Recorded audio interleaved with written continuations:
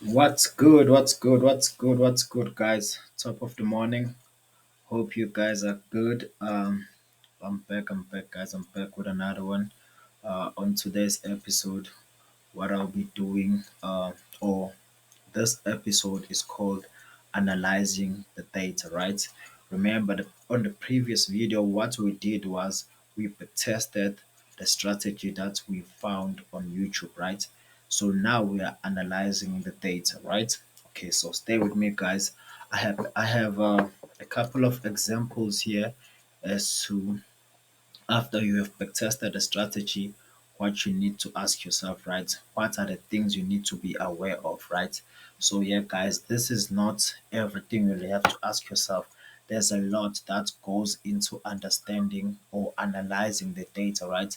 But I hope with this information right here, you'll be able to at least view the market or view the strategy you are using uh, with a different perspective, right? If I may say, right? Okay, guys, without wasting any time, let's start, guys. Let's start. The first question after you have tested, right? Because I said, guys, you have to test as much data as possible, right? So you remember, I tested only 1 week just to give you guys uh, an example on how you need to go about in terms of testing and analyzing data and making a conclusion if a strategy works or not, right? So this part three right here is about analyzing data, right? Okay, the first question you have to ask yourself, by the way, you can take a screenshot of this, guys, just so you always be mindful of these questions, right? So number one is on average, trading pairs, how many entries do you get per week or monthly, right? So it depends, guys. Each and every strategy is unique and it depends on the number of pairs you are trading. Remember, I only backtested 3 pairs and I was able to make 7% the return on investment, right? That week alone. So as you can see, guys, with you it depends how many pairs you back tested, and you are definitely going to get a different return on investment as I did, right? And you're gonna be doing a lot of back testing, which you may uh, move some pairs or add some pairs, right? It depends on what you're gonna find, right? So with me, I only traded 3 pairs. So if I were to answer this question, on average, trading 3 pairs, how many entries do I get per week? Remember, I only got 2 entries, right? It was 3 pairs and I got 2 entries. So on average, let me just assume, because I didn't do a lot of testing, right? This is just an example, right? So I only got 2 entries per week. That's good, right? If those 2 entries can give me two can give me 7% per week. That's a lot, yes. That's a lot, guys. That's a lot. So I'll be glad to use this strategy if I were to use the strategy, but I'm using my own strategy. So the second question is, uh, based on what you have tested, which session do my entries frequently appear or are formed on, right? So guys, as you know, we have 3 sessions, right? It's the London session, the New York session, the Asian session, right?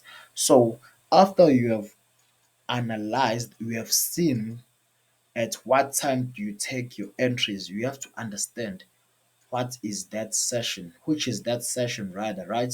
You have to answer that question so that you know that during that session you are on your toes, because you know that uh, your setup may be formed during this session, right? Again, guys, I'm in South Africa, so whenever I'm trading, I know that I'll be trading New York and London session mostly. I don't trade anything. So with this strategy, you also have to understand what session you are trading, right? It's pretty much simple to understand what strategy you are trading. But make sure you understand it thoroughly that during these times, because time is also a valuable element when trading, right? So the third question, guys, is which session do I get most losses, right? Now it's about losses, guys. You have analyzed the data. You see that, okay, oftentimes I always get losses during this session. Maybe it's the London session. So now what you're gonna do, you're gonna quit London session and stick to New York session, right? This is called analyzing the data. Now you'll understand that I'm getting more losses when I trade London session. So let me just not trade London session anymore, right? Let me stick to New York session, right? That's very important, right?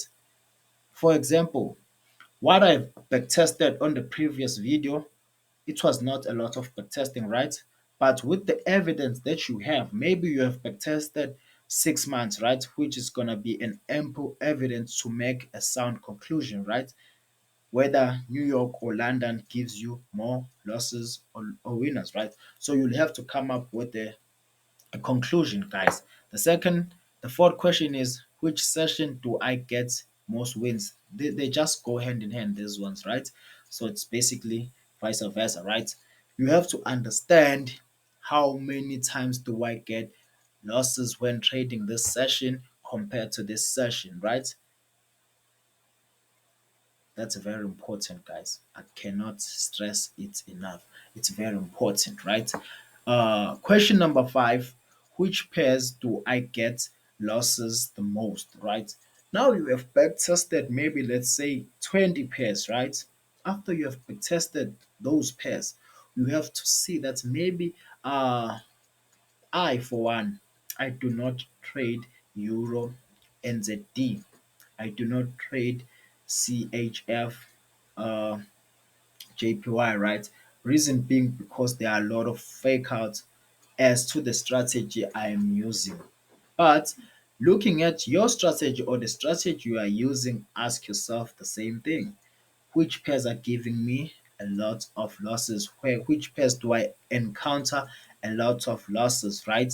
You have to answer that question. This question also goes hand in hand with number six: which are pairs are giving me most winners, right? Which pairs are giving me most wins, right? You have to answer that question again, right? Then you stick to the ones that are giving you more wins than losses, right?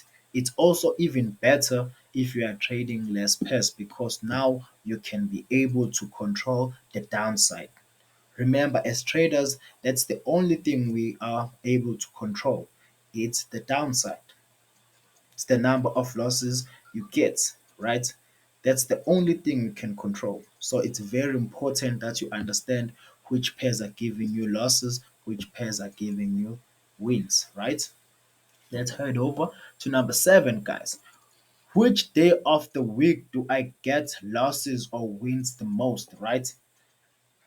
As you know, guys, some people they don't trade Mondays. They say Mondays are slow, the market is just resetting and all of that. But after you have tested your strategy, you have to ask yourself that does my strategy works on Monday? Does it gives me many losses or wins on Monday, Tuesday, Wednesday? You have to be clear about that, right?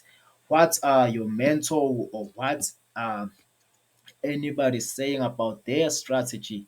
It does not matter as to your strategy. Your strategy depends on the data you have tested, right? This phase is called analyzing the data. So you'll be analyzing the data, right? So it's very important that you keep that in mind, right? With the strategy that we are talking about, guys, the one I tested, there are not a lot of there's not a lot of data that I can um that can help me to make a sound conclusion, right? So I'm only giving you these questions so that you will answer them in your backtesting that you have done, right? So that they can help you and make you see the market with a different eye. Because with these questions, you're gonna become as if you are an experienced trader because this is what we always ask ourselves as people who have traded longer in the markets because we know when we start we don't know that we have to ask ourselves these questions. So as time goes on, as time progress, we get used to asking if am I making decent percentage per week and all of that, right? It all depends on the experience, right? But here I'm just giving you these questions to speed up your process of learning, right? Okay, the following question, after you've answered that, okay, maybe on Wednesday, I usually get most of my wins. So on Wednesday, always you have to be on your toes, right? You have to be on your toes on Wednesday, right? It's very important, guys. Uh, Question number 8, do I have a systematic approach of analyzing, right? Let me make an example. If you have a systematic approach when analyzing, let's talk about this pair right here, the one we back tested, right? The one we back tested. Still have my drawings here. Remember, when you have a systematic approach when analyzing, it means before you even start analyzing, what do you do, right? What do you do before you start analyzing? Do you say a couple of affirmations just so you are in a correct state of mind? What do you do before you analyze, right? That's very important. After you have analyzed, now in terms of technical analysis, are you aware that in order to get this type of entry, the market has to move in and up in a trending market, right? In a uptrend, then it's going to create a pause. Whenever the market has created a pause and there's a potential that it will make a higher high, then for you, you are looking at that pair with a with a laser eye, right? You're looking at that pair with a laser eye. Then you look at this and you say, okay, just because the market has created a high, there's a high chance for me that I will get uh, the market is going to come back to grab liquidity, right? Before going up, right? You remember, guys, what we talked about, right, on the previous video. So this is different compared to the setup that we got on GU, I guess. Let me check.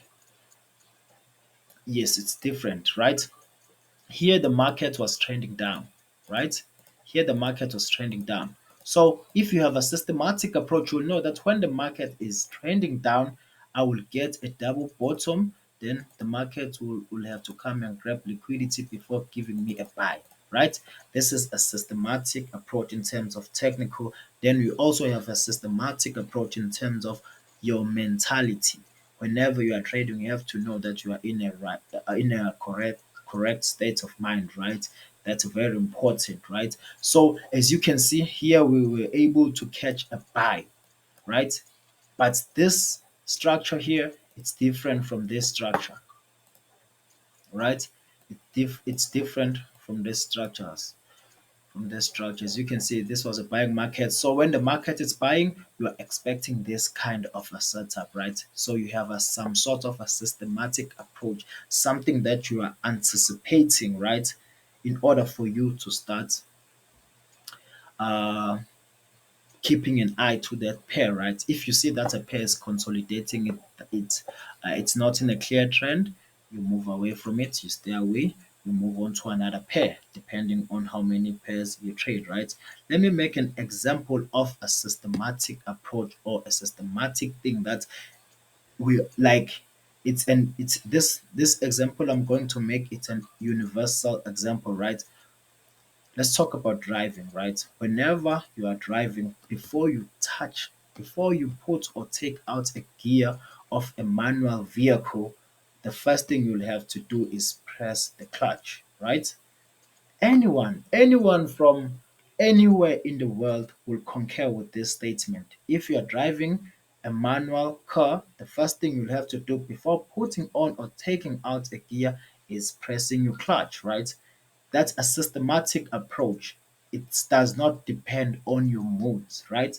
Whether today you are feeling euphoric or today you are feeling um, sad about what's happened in your life, or you are being pushed by some other factors. Maybe your girlfriend is pregnant, or maybe you want to buy you want to buy some sneakers. All of that, right?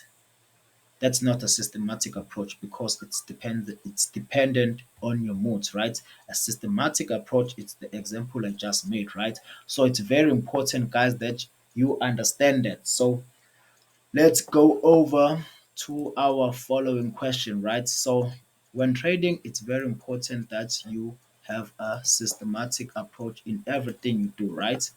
So yeah, the following question is, let's see, guys, let's see. Do you have a systematic approach when trading, right? Now you are trading, right? You are trading. You are no longer analyzing. What do you do? Do you have a checklist? It's very important to understand it. And I think anyone who's starting out needs a trading checklist, right? After the market has done one and two and three, this is what I'm gonna do, right? Let's look at this. Whenever you are trading, you have to know that after the market has done this, go check the previous video in order to understand how I explain this strategy. After the market has done this and has broken this trend line and has this what we call a pullback, because we are using 15 minutes. If we're using 10 minutes, it was going to be clear because the strategy is based on 10 minutes, right? So on 15 minutes, it came back, tested this resistance, there's support, resistance tend to support, then it went up. So how do you place your stop loss? How do you place your take profits, right? Remember, we are supposed to place our take profits right here at these highs, right? Where the market first retraced before taking out or this low or grabbing liquidity, right? It's all just fancy words. It's one and the same thing. You can call this the market has taken out a low or grab liquidity. It's one and the same thing, right? After the market has done this, you know that I'm gonna take my entry and put my entry around this area, then my stop loss around the the low, right? After you have done that, you place your stop, you take profits, then you are done.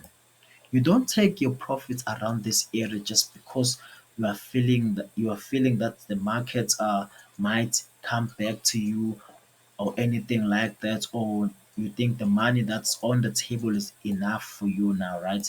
You are taking it. This is the amount of money that you need, right?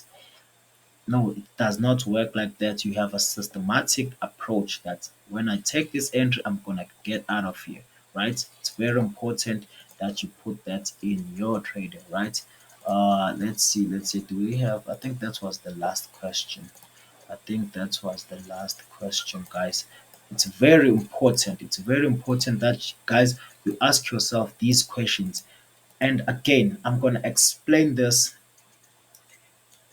It's not always gonna be the same, right? Because some entries you have to analyze your entry trigger, you have to analyze your exit, you have to analyze a lot of things, right? If you are using Fibonacci, if you are using indicators, it depends on your strategy. This is just to give you that there are some questions you have to ask yourself, right? Be wary of each and everything that's happening in the charts when you are taking an entry, when you took a loss, when you took a winner, right? It's very important, guys. So, again, thank you guys for tuning in. I'll see you on the next one. Do like, subscribe, comment, and I'm sure guys will bring more content like this just to make you guys see as to what makes profitable traders become profitable, right? Become profitable, right? They all like if you were to ask your mentor, he has all these questions. He can answer all these questions, right? Even if he's not aware consciously, right? They are just happening subconsciously. He knows that during this time I have to trade, during this I have to do this, during this he knows. So it's very important that you guys put this in your trading, understand your strategy thoroughly, then you're gonna be good, guys. Thank you, guys. See you on the next one.